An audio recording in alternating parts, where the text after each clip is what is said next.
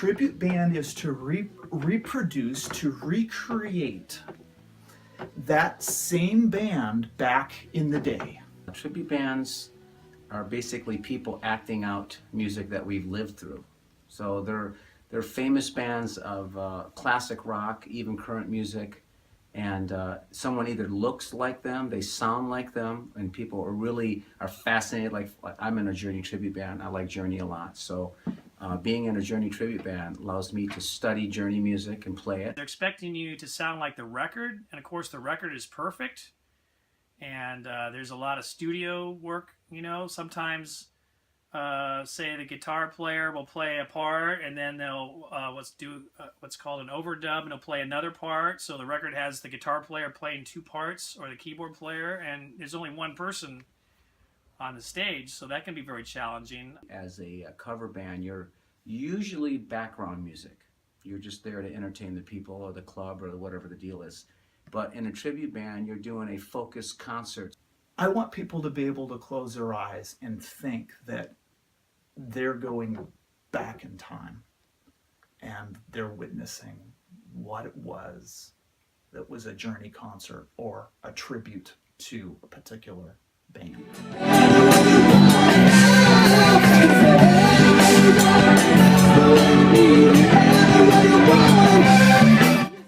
There's different levels of tribute bands. You got the guys that just go there and just play all the music, but none of them look like them. But then the top tribute bands actually aspire to where it's like acting, where you look like them, you try to look like them, you wear the same clothes, use the same instruments, so you get the same sound. Chad, the singer, is the one who really has to look the most like Steve Perry, and he actually gets his hair done very similar to its same color, wears the famous white tuxedo that Steve Perry used to wear. But all the rest of us try to look pretty much as close as we can. I wanted to have a beard, and we had a gig coming up. I go, you know, I really need to shave because I don't want to go with a beard when that's really not the look. You know, it's not easy finding that kind of wardrobe because Journey is popular in the 70s and 80s mostly, so we had to try to find clothes that are quote-unquote retro, so that can be really hard. So that's all part of it. That's what makes a tribute band as opposed to just a cover band. You know, it's really getting authentic.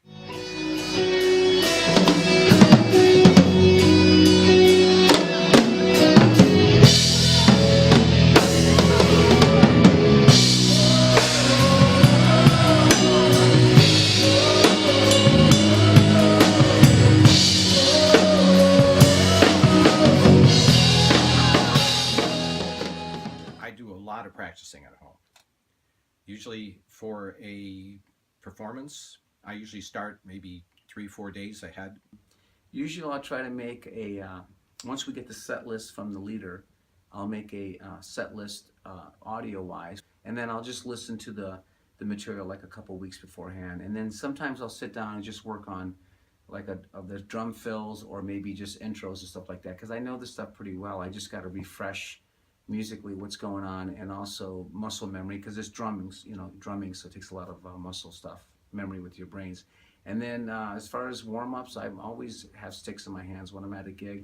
I'm always playing. I have to take a practice pad, and just, you know, just always having sticks in my hands and playing as much as possible. I have the different keyboards I practice. I play some guitar in that band, so, and I sing a lot, so I practice singing in the car and at home sometimes, and get out the guitar and practice those parts. And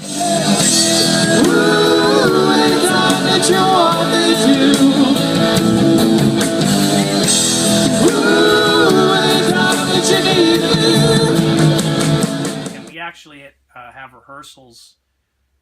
Sometimes we go over, you know, what we're going to play a certain number of songs back to back to back in a row, and then we're going to have a break, and then we say, what are we going to talk about during the break? And we actually practice the entire set to see how it flows. And, you know, we want to make sure that we don't bump into each other's. On a large stage, we do have choreographed parts where I will leave my regular area and go over the opposite side and sing out of the guitar player's microphone. Then he'll come over to the other side, and the bass player will go back by the drums, and it's all worked out This is what the original bands do.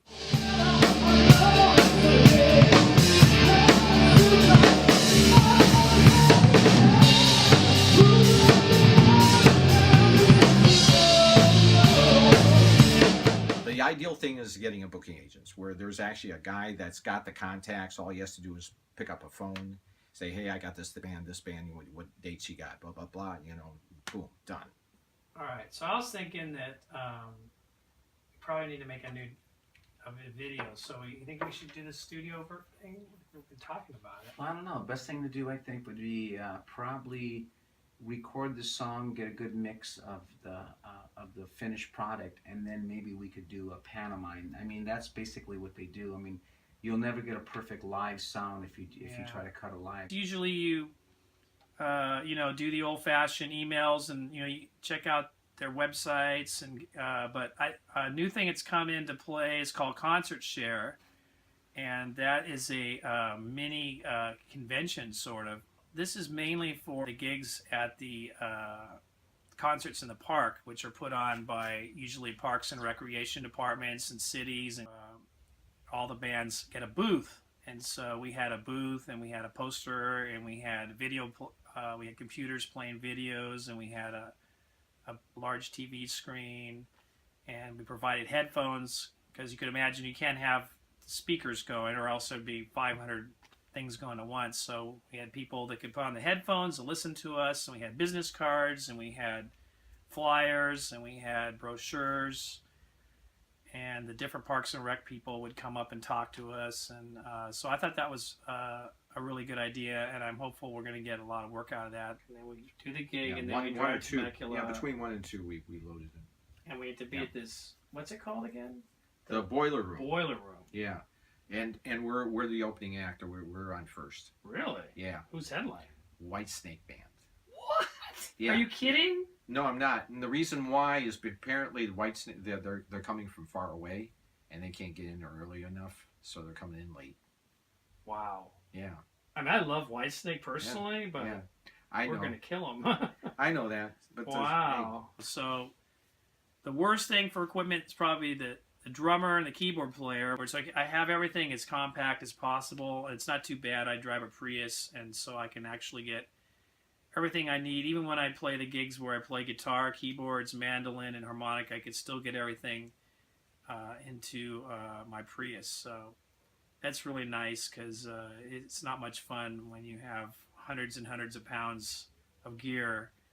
And that's the unglamorous side of being a musician.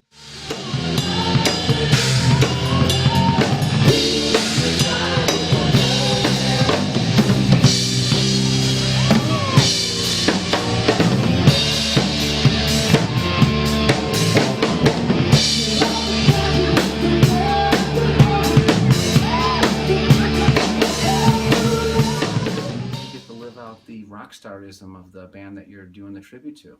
When you play shows, the best part about it is it's a different crowd. It's a more focused crowd. They're coming to see the band that you're doing the tribute to, and they expect you to play that stuff. Almost all the gigs, since we're doing Journey, is you play the first note and everyone goes crazy, and pretty much for the whole show people are yelling, screaming, and clapping. That we stop playing and the whole audience just sings, and we just have the audience sing a couple of go-arounds on the chorus without us doing anything, and they're loud. They all know it, so it's really cool. I'm tributing Steve Perry. As a band, we're tributing the band Journey.